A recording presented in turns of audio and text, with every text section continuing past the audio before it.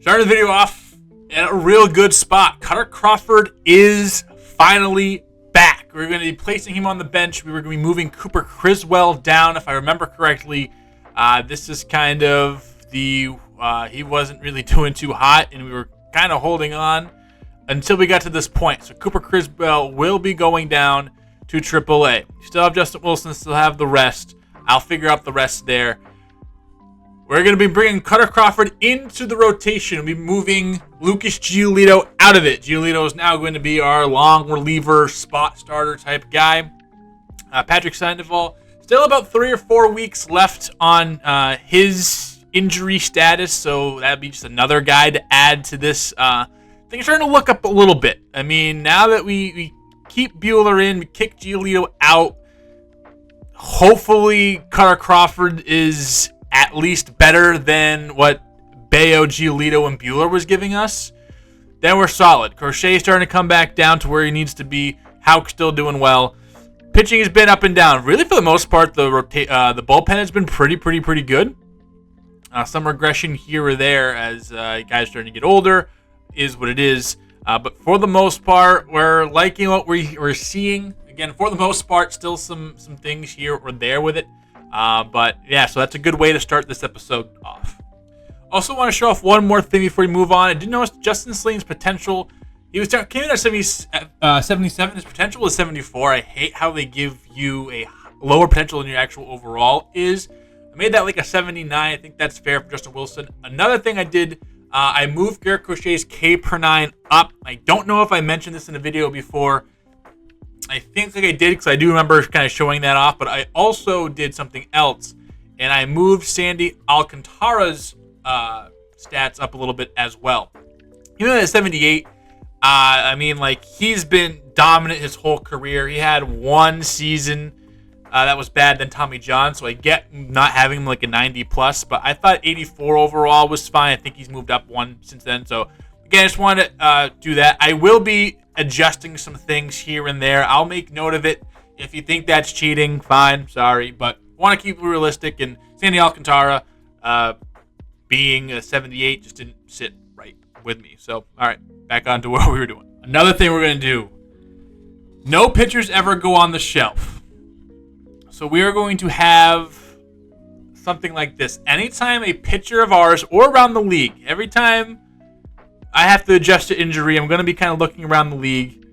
We're going to be spinning a wheel. I don't know what the percentage is. I'm going to figure that out right now.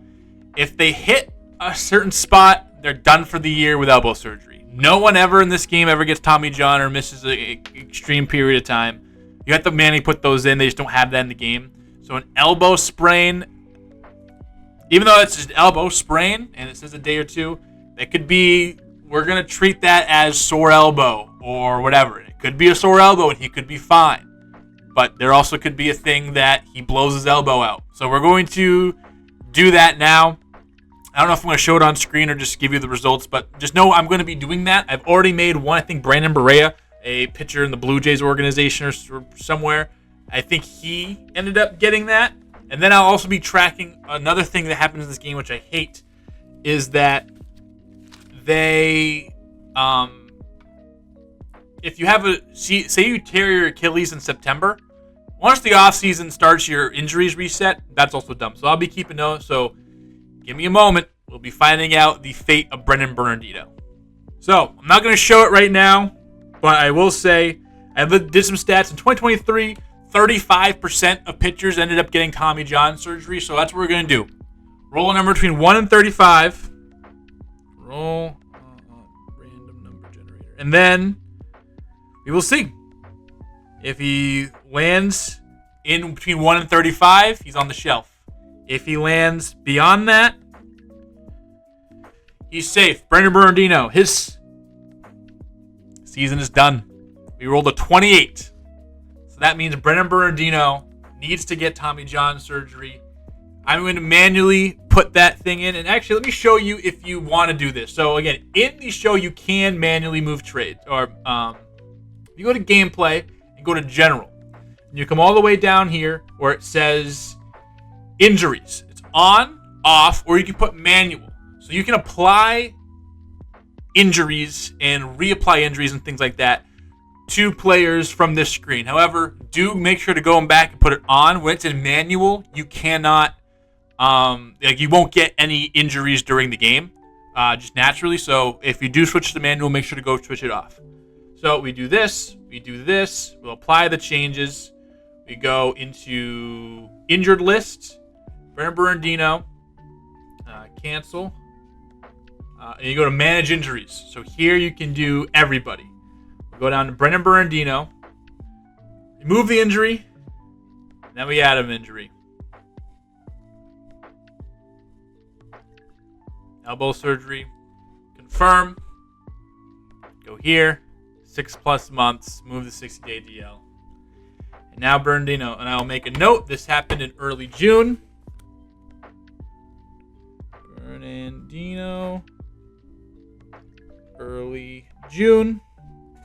Now, what I'm going to do is go to the injured list, kind of check around, see who's doing what, and if anybody has elbow surgery, I'll let you know.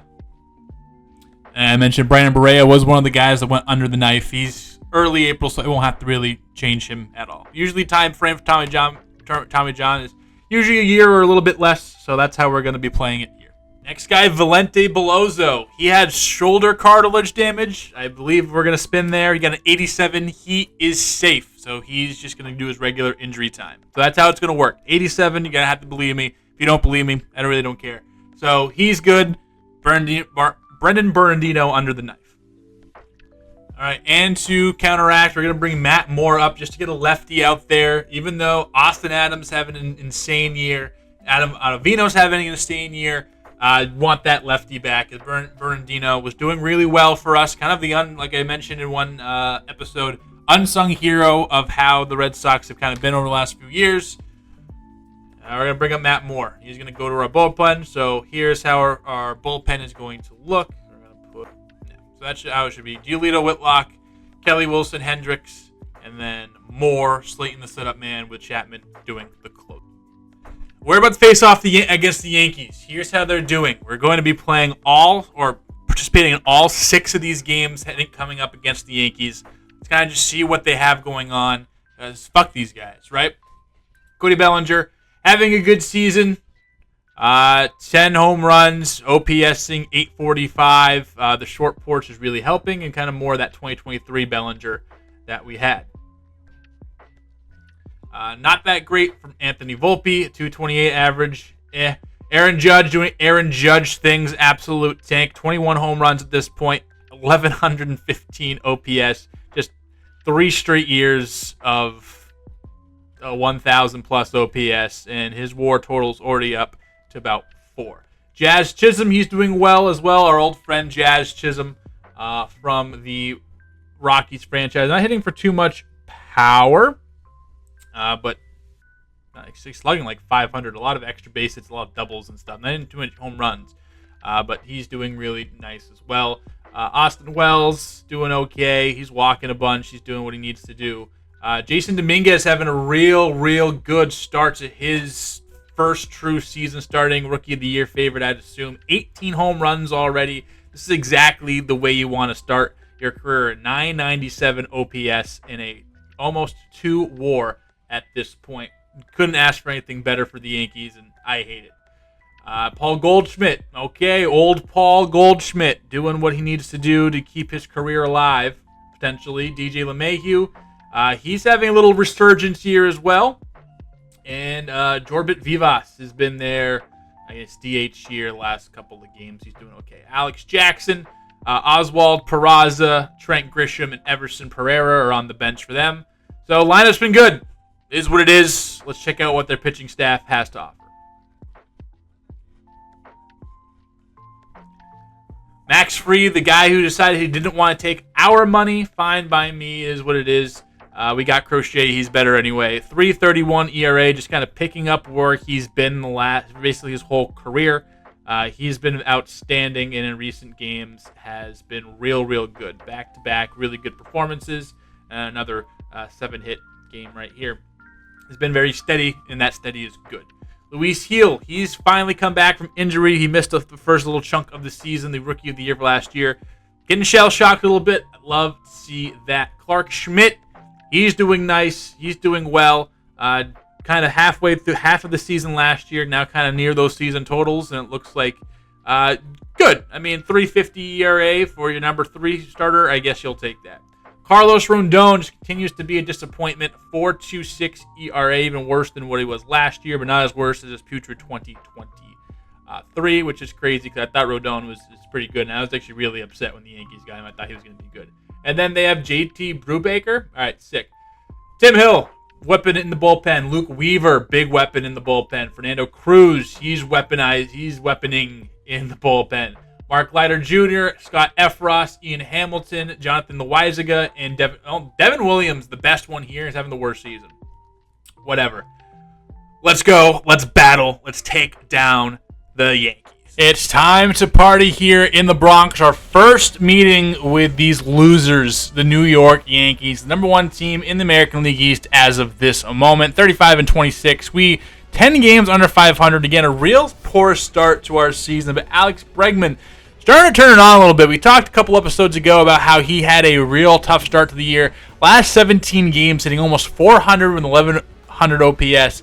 Couple home runs, few RBI. He's really starting to turn the corner for his season, for himself. And this is exactly what we need. We need a real good stretch here against the Stankies, as we like to call him. And Luis Gil is going to be the guy trying to prevent that. 5.50 ERA, a lot bit worse than his Rookie of the Year campaign just a season ago. And Jarren Duran will be his first victim, though, a slider. We struck out a whole lot in this game.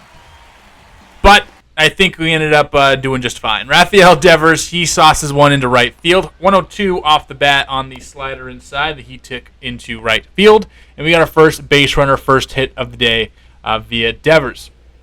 1-1 count for Casas. He gets a circle change that he puts into left field. And that is a base hit for Casas. And Devers moves up to second base. We got 2 on, 2 out. And we're going to ask Trevor Story to come through here. Spoiler, he doesn't. And he doesn't come through at all today. He strikes out 5 times today. This is number 1.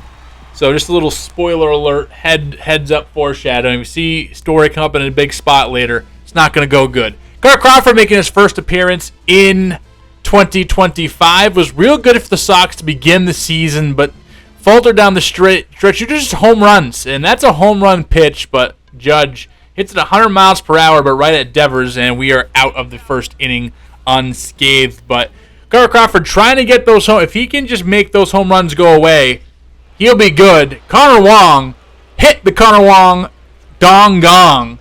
Shout out the boys of Section 10 podcast. 431 feet. Connor Wong absolutely obliterates one, and we are on the board first. Just talking about how Carter Crawford has to lay off the home runs.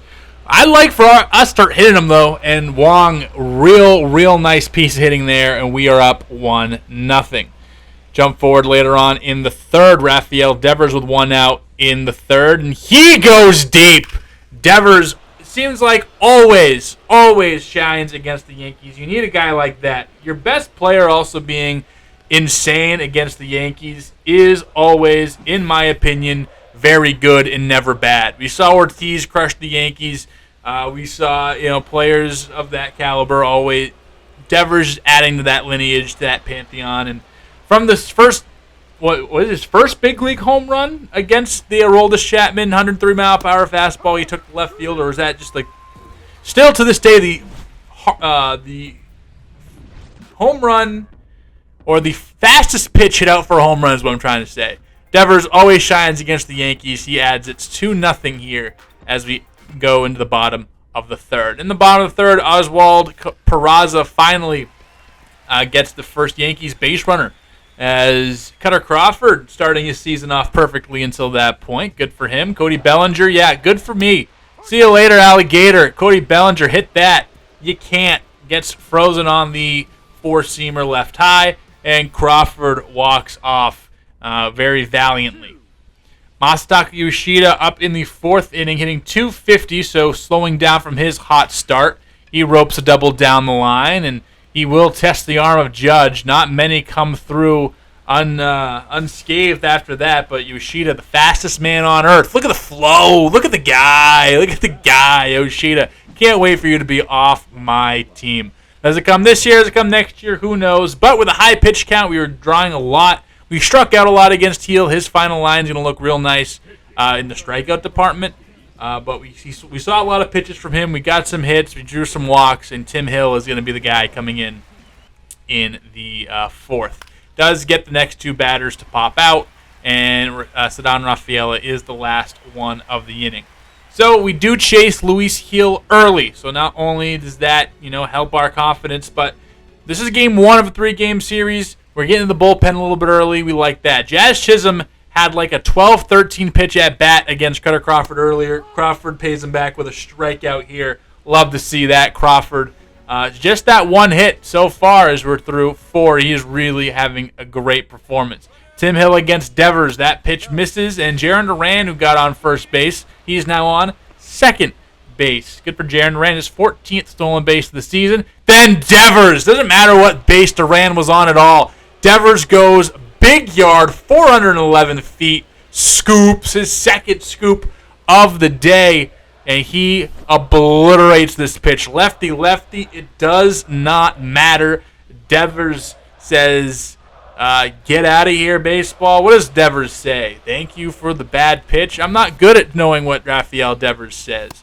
Devers Story, another strikeout for him. Again, you've seen 2. He does it 5 times today. Rafael Devers, home run, 4-0. Sox putting a whooping on the Yankees here in the Bronx. Love to see it. Yoshida up against Tim Hill, and we thought, we're probably going to try to go to the bench to learn the new controls, but we're going to let him throw. We're going to let him play in the 6th inning, up by 4. Let's get Yoshida some at-bats against lefties, and good thing I did. He smokes a fastball middle. Tim Hill throwing batting practice today. Not quite 400 feet, but still a rocket from Masataka Yoshida, 11th home run of the season. Can you name the top 3 home run hitters for the Red Sox this season? I'll give you 3 seconds. It's everyone who's hit a home run today. Devers with 20 plus, and then Wong and Yoshida have like 11, 12, and those are our top 3 home run hitters. You would have probably thought Costas, maybe Story, Bregman. Now it's Yoshida and Wong, as well as this man right here. He doesn't quite get a home run here. Goldschmidt laying out, keeping the run from scoring with Ceddanne Rafaela on third base. Paul Goldschmidt lays out, but a big inning for us. Again, we add a few more. It is 6-0 here as the Red Sox lead against the Yankees.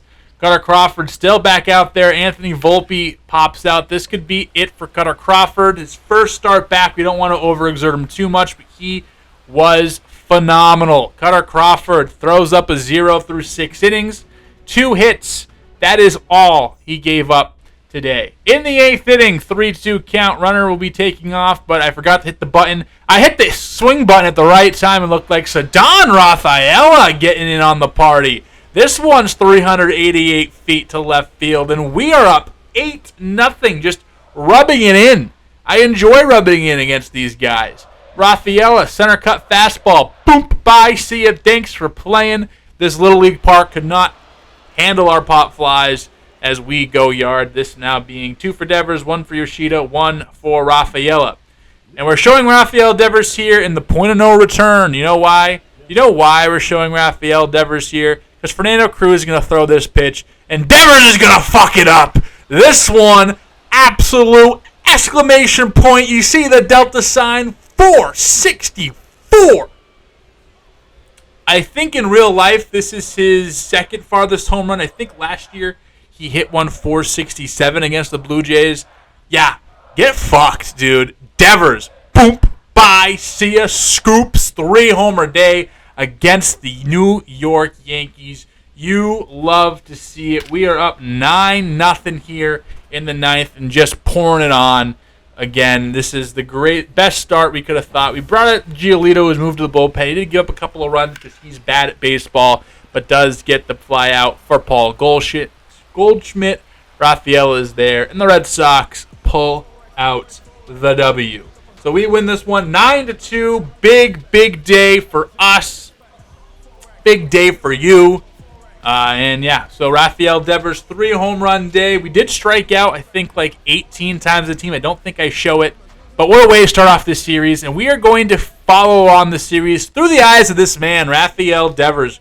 We're going to play 4 games player lock the rest of the season, the first 2 games of next series, and then we'll play the finale just like we did here. But Rafael Devers, 21 home runs, tied with Aaron Judge after his 3-bomb day. And Devers, early candidate to try to help us out this MVP race. Again, we can just pull ourselves out of the basement. It would be huge. Clark Schmidt will be going on the mound for Game 2 against us. And 900 OPS even. 21 home runs and 39 RBI is very funny. Maybe we try to move Devers around the lineup. Hitting number 2, he's as our best hitter, is nice, but it seems like we're not getting the best run production with him at number 2. I don't know, food for thought. I don't think anything changes here this season, but as we construct the team later on, maybe that's something we consider finding a true number 2 guy. Does Bregman go in at number 2, but then does that move Casas down to number 5? We kind of want him in the 4. I don't know.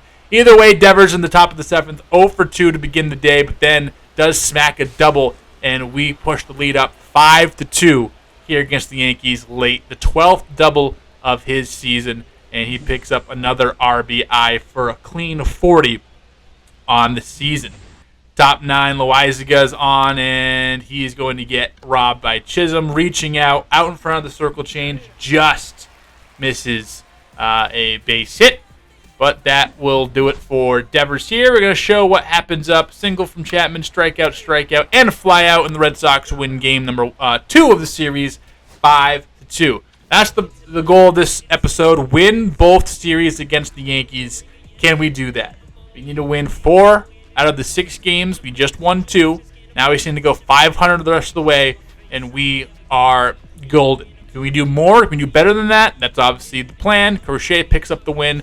Aroldis Chapman, another save. Top 3, Rodon gets Devers swinging and missing a strikeout on Devers. Obviously not the best against lefties.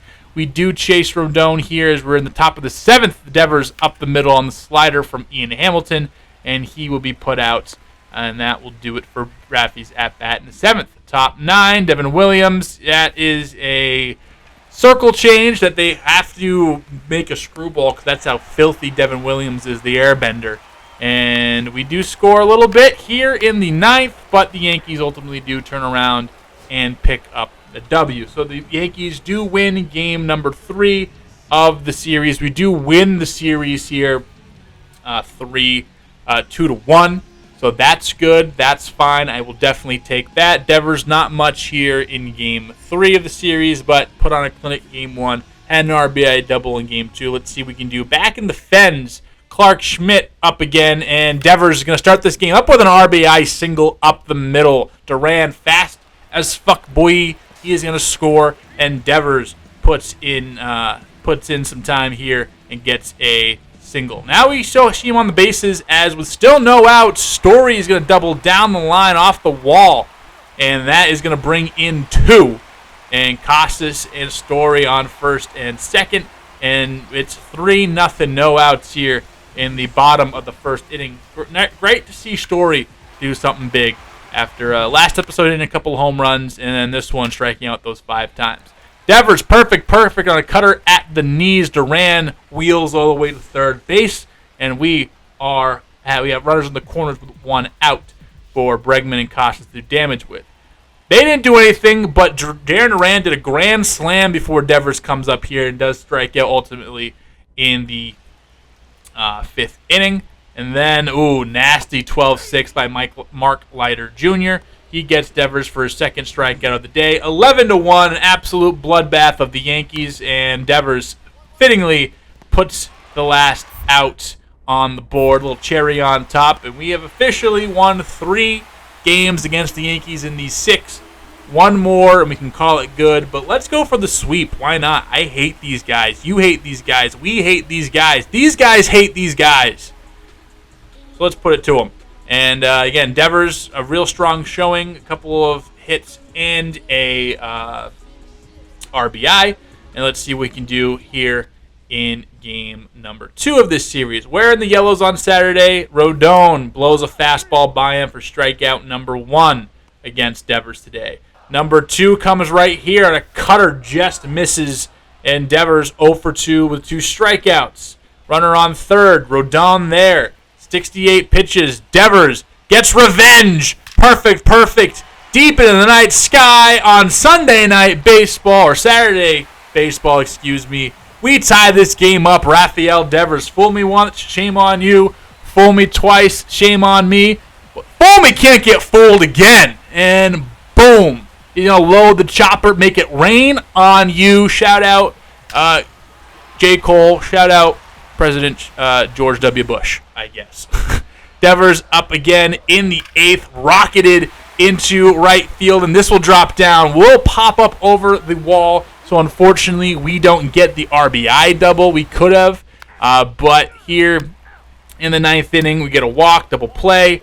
Justin Slayton brings it up to Chapman, and we get it out, and it's Don Rafael, a walk-off 2-run home run to begin the 10th inning, and we have officially won the 4 games against the Yankees. And let's play it here. Fenway Sunday Night Baseball, 33-39. They're 37-32. We can get within 5 games of 500 here. This would be so good. And you see what we've done against the Yankees so far in these 5 games. We've seen 4-1 record, 7 runs a game. We're only giving up 3 runs a game. We're hitting over almost 320. We're OPSing as a team about 300 points better than the Yankees are OPSing as a team on their end. So we have been absolutely all over the Yankees so far, and that one win they did get, we did come back a little bit towards the end. Walker Buehler on the bump, 1-8 this season, a 5.17 ERA. No bueno, not good. We did see him have a really good pitching performance last time out against Atlanta, I believe was that game. But can he do it here? I sure hope so, because I would hate to kind of have the last game against the Yankees be on a little bit of a sour note. Does pick up a strikeout here of DJ LeMahieu. I hate that guy, and he strikes out LeMahieu, first victim of the day for Walker Buehler. Aaron Judge, the ever so dangerous Aaron Judge, gets a fastball to hit and flies out to Willie Abreu out there in right field. He moves over in front of the triangle and puts it away. So a clean first inning for Walker Buehler, exactly what we needed. Duran, Devers, Bregman about to come up here shortly. And it is JT Brubaker going to be the man on the mound. 6.28 ERA, exactly the Sunday Night Baseball matchup you thought these two teams would do. Not Fried versus Crochet, the two newbies. No, it's JT Brubaker and Walker Buehler, the one you circled on your calendar coming into the season. Brubaker has Bregman down 0-2. Bregman, good contact skills, sends it over to Volpe over at second base. And that is going to do it for, shortstop. That will do it for the inning. We don't add anything. Top 2-2 count. Oswald Cabrera was the only thorn in the side of Cutter Crawford, and this time becoming a thorn in the side of Walker Buehler as he tees on off the monster, and he's sitting at second base safe. So good for Oswaldo Cabrera, I guess. Into center field, Rafaela throws home. Cabrera, is he dead? No, he's in there ahead of the tag. And then Wong, it looks like the ball was punched out as Wong tried to assert the tag. Watch this, Rafaela comes up firing. Great throw on the first base side of the plate, which isn't ideal. Right there, the ball squirts out. Maybe, I don't know if he gets him in time anyway, but him dropping the ball doesn't make his situation any better, tell you that. Trent Grisham pops up as Trevor Story is there, and that does it for the inning. The Yankees do take the lead here in game one, or in the final game of the episode, as Goldschmidt goes up the middle. Wong can't apply the tag, and that is it. Willie Abreu, he puts one on the ground, and that's going to be it for our second inning. We do have 2 runners on, but Abreu can't drive any of them in. And Brubaker pitching well here on Sunday Night Baseball, so maybe I think everyone I make fun of ends up really just kicking my butt. So maybe I'm going to stop making fun of players. The Contreras brothers, JT Brubaker, it's all in the wash. Our first hit of the day comes from Alex Bregman here in the 4th inning. We had a couple base runners get on due to the walk, hit by pitch, whatever it may be, but Bregman dumps the first single into center field, and then Casas, after him, gets a 12-6 on the outside part of the plate that he puts beautifully in the left field, going the other way with it.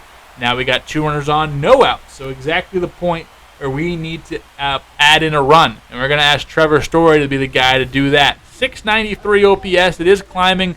He is starting to do a little better. Looks like he did hit a home run without me actually doing it, and first pitch is going to be a double play. Casas slows molasses, and plenty of time for Story. Hit it too hard into the infield, and now we are in danger of stranding a run. We need a run here, and I guess up next is going to be Masataka Yoshida. Can he do it? Pitch down the middle. He puts it back up the middle, and we do score that run. So great piece of hitting here with Masataka Yoshida. Trade value through the roof. He's worth a top 100 prospect if you ask me. No, he's zero trade value, even a little bit. And Yoshida goes up the middle. He gets an RBI for us, and it is 1-1. As the Yankees had the lead first, and now we tied the game back up. Connor Wong gets a sinker inside that saws him off, and that will do it for the 4th inning. But Masataka Yoshida, playing hero, gets that run in. You love to see it. Watch this camera angle. This is real cool. That fastball coming right back at you. Pick things up in the bottom of the 6th. Casas back up again. 258 hitter. Already has a single here today. This one right down the line. This will stay on the right side of the chalk, and Casas not even thinking about second base. He will stay at first and like it. So a single for Casas, and that brings up Story right after him. Trying to avoid his second double play of the day, because that would suck. First pitch is well into the other batter's box, and Story takes a big hack and a whiff at that one. Not doing him any favor, setting him up 0-1, and now Story's going to try to struggle a little bit. Slider outside. Cabrera starts it, and Goldschmidt finishes it. And another double play for Trevor Story. Not the best showing for Trevor here in this episode after having 2 home runs last episode. Walker Buehler pitched really well, and this is why we needed him to pitch well. Other than preventing walks, which is still midway through the league, our pitching staff has been horrendous. He does give a single up here to Austin Wells with 1 out in the 7th, as Buehler trying to finish 7 strong. But yeah, our pitching has not been good this year. A big reason why we're so not good. And he does get the double play as Casas spears a liner over his head and then steps on the bag. So Walker Buehler, claps for Walker Buehler. Let's get some claps for Walker Buehler. He goes 7 strong, and that's probably going to be the day for him. Connor Wong, he ropes a single off Jonathan Loaizaga as Johnny Lasagna gives up 2 base runners here to begin the 7th inning. We have 2 on, no out. Bottom of the lineup coming up. Can Willie Abreu do something against the righty? 1 for 2 on the day today, but we talked about how much he struggled. But he gets a sinker into center field, left field, and that is caught. But we did pinch run David Hamilton for Masataka Yoshida, so that fly ball allows Hamilton to scoot all the way over to third base. This sets up Ceddanne Raffaello, and a fly ball can get Hamilton in, and a fly ball is exactly what he's going to get. 100-mile-per-hour fastball. It's not hit too terribly deep. Trent Grisham out there, who is a good fielder, but we're confident with the speed of Hamilton to let him get all the way up to get all the way home on that, and we do take the lead on the sac fly. Jarren Duran later on, he gets a circle change and hit very well, but right at the left fielder. I think Dominguez out there, and that will do it for the inning. We do add one little small ball action here for us, and we're going to ask Matt Moore to come in. Since he's been called up with Ben Bernardino going to the injured list for what will be the rest of the year, we needed a lefty in the bullpen. Matt Moore is going to provide good left-handed pitching, and he did well here. In his 4 appearances, has a sub-3 ERA, and that's going to keep going down after a clean inning in the 8th. Tristan Casas is looking for his 3rd hit of the day. He won't get it here. They hit the ball really well, but now it's going to be Aroldis Chapman trying to come in and face his former team. Couldn't quite bring a World Series to the Bronx. Did give up that walk-off home run to Jose Altuve, which was super fun and awesome, and I loved that. But now he's on my team. I want him to do good, especially against these lowlifes in the Yankees. 3.60 ERA. He is doing just fine. Volpe will, however, start the inning off with a single, playing no doubles defense, and one time where that maybe is a little bit more competitive play for Devers at least. We have a runner on first base. DJ LeMahieu in trying to move the runner over with a bunt, and that's exactly what he will do. Costas will wait for LeMahieu and apply it, and the runner gets up to second base. Now, runner in scoring position brings up Aaron Judge. We're not even going to waste our time here. 0 for 3 does not matter, as we're kind of looking at the bullpen, who we want to start looking at if Chapman can't get out of here. But we are just going to put Judge on. It says that they'll play to end the game, but also takes the bat out of the one guy that we think the bat, who has the bat. Dominguez is having a great season, by the way, so far, but a fly ball gives us our second out. And so far, the strategy working just fine. And then with an 0-1 count, Austin Wells gets a sinker. He puts right back up the middle. Rafaela throws to home, and not in time, as again Wong loses the ball, but this time Volpe in there well ahead. And Austin Wells ties up this game.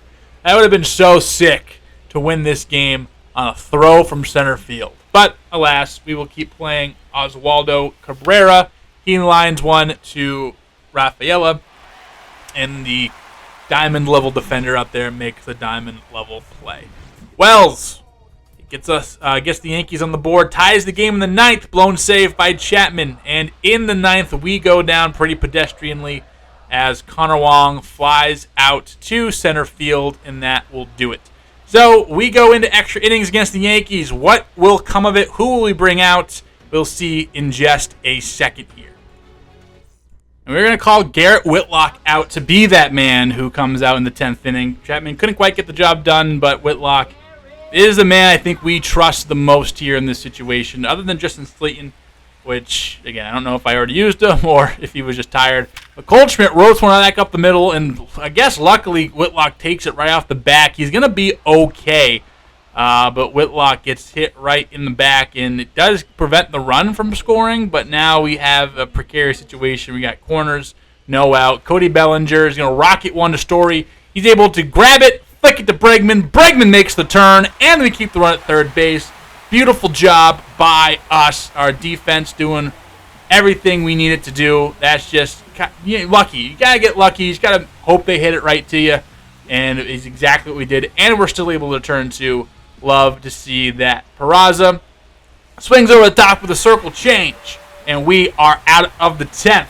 Still tied 2-2. Whitlock takes 113 off the shoulder blade, comes through, settles in, gets 3 outs, and does not allow the run.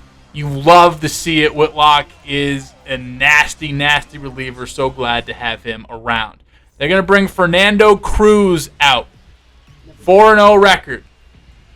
Has been one of the best relievers in the American League and all of baseball, really, to begin this season. Willie Abreu is his first opponent, and Abreu is going to hold up. No, he will not. The splitter nasty, and Abreu does go according to third base umpire.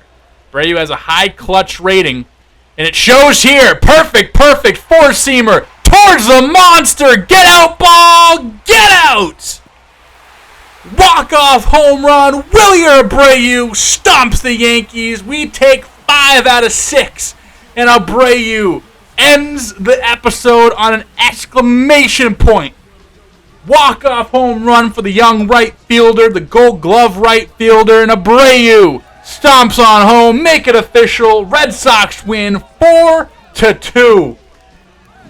We thought we blew this game. We just set up this heroic moment from Abreu, one of the top moments from the season. One of my favorite episodes of the series so far. Jazzed up to see that. And look at that. Deep in the night sky. Not quite lands down, but right off the Boys and Girls Club sign, and we come out, walk out of here victorious, take 5 of the 6 against the Yankees. Let's finish up this month. Let's recap what we got to do, and let's see you at the end of the episode. God is good. God is great. What a episode here. Taking on the Yankees, 9-2, 5-2. Won't talk about it. 11-1, 5-3. Walk-off, 4-2 W. That is how you kick your rivals in the face. Don't look now. The way they're talking about this team feels like we're pretty good, but we're really not. We're 5 games under 500 at this point. The pitching's been awful, but the bats are starting to come alive. The pitching's been a little bit better. We're not really great on the road, but we've done really good in the division. 17-9, by far the best in the division. 7-3 in the last 10. A 5-game win streaks. We've been scoring runs, but it's just the runs allowed. You see the runs allowed. It's just been so bad. In the wild card, we're creeping. 4.5 games back. This makes June a lot more interesting if we can win. We have Seattle, who's good, and they punched us in the throat last time we played them. San Francisco, they've been all right. And that's always a tough game. Los Angeles, they're 500. That's a team we have to try to leapfrog. And then Toronto, right, kind of in where we're at. These are very important games. We got Cincinnati, Tampa Bay, all that fun stuff here once we get to July. But we're going to go through the end of June, see where we stand, and set up the big July trade deadline, all-star draft episode. So I'll see you in a minute. Let's see, how many games we're playing? We're playing 3, 6, 9, 12, 13 games. Can we win 8? If we can win 8 games, get back to, I think that gets us to 500. Let's see. We'll be back in a second. Isaiah Campbell experienced elbow tightness. Unfortunately, he got rolled a 25, like we mentioned before. Any pitchers who end up with elbow or shoulder or arm injuries, even if they're severe or not, we will roll the dice. If you are at a 1 in 100, if you roll 1 to 35, you get put on the shelf for Tommy John.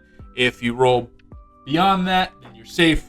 But Isaiah Campbell, unfortunately, did not fare well here. He will be getting Tommy John, and he will be on the shelf for a year.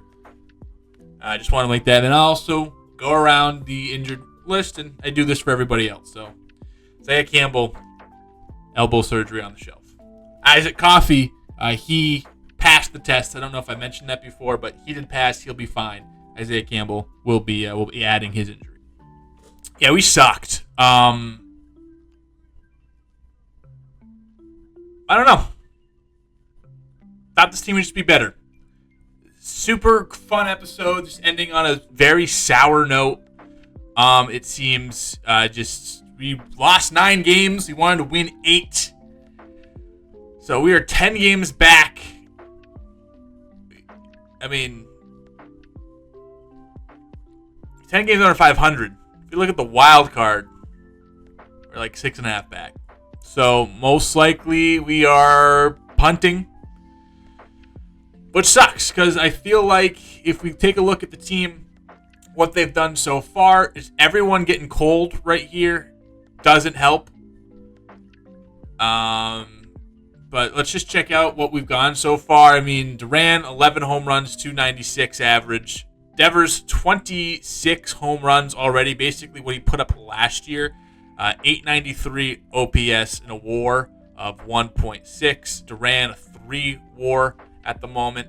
Alex Bregman, his bat's coming alive. He's hitting 281. He's OPSing 847. He's walking a good bit, not striking out a whole ton. 14 home runs, which is nice from him. He's probably going to get to that 25, 26 range, which he's lived in for most of his career. Costas, the power just isn't quite there yet. I mean, the slugging is a little bit worse than last year. The on-base and the average is a little bit better. But, I mean, just matching the home run total from last year in like 10 more games so far, it hasn't been great. Trevor Story just isn't having... I mean, he's been healthy, that's been fun, but he hasn't done anything while healthy. Yoshida, the bat starting to slow down a bit. Connor Wong, the bat slowing down a considerable bit. Still putting up a bunch of power, but was hitting closer to like 270, 260 before. Willier just hasn't gotten off the ground at all this year. 628 OPS. And then Stan Rafael, we're not asking him to be, this insane hitter, but at least do a little bit better. Like, where's the power from last year? Just where is from last year? Like, the show war isn't great. You're striking out less, which is good. You're walking more, but the offense hasn't been enough to carry the defense. Westschneider's been fine. Hamilton's been okay. Maybe we look to make a switch somewhere. For our prospects, Roman Anthony really hasn't had the start we want, especially against lefties. Just hasn't been hitting lefties at all. Christian Campbell has been good. He's definitely the closest one to getting the call. Marcelo Meyer, he's on the verge as well. They've been fine, but I don't think they're quite ready yet. Pitching rotation, I think, is where the trouble lies. Crochet, strikeout numbers are back to where we're at a spot, but 4.32 ERA hasn't been great. Houck's been fine. Buehler's actually been really doing well. But Brian Bayo, he hasn't really turned it around like we thought he could. We had, Giolito get bumped around a lot the early games, and then the bullpen. Hendricks just hasn't been good.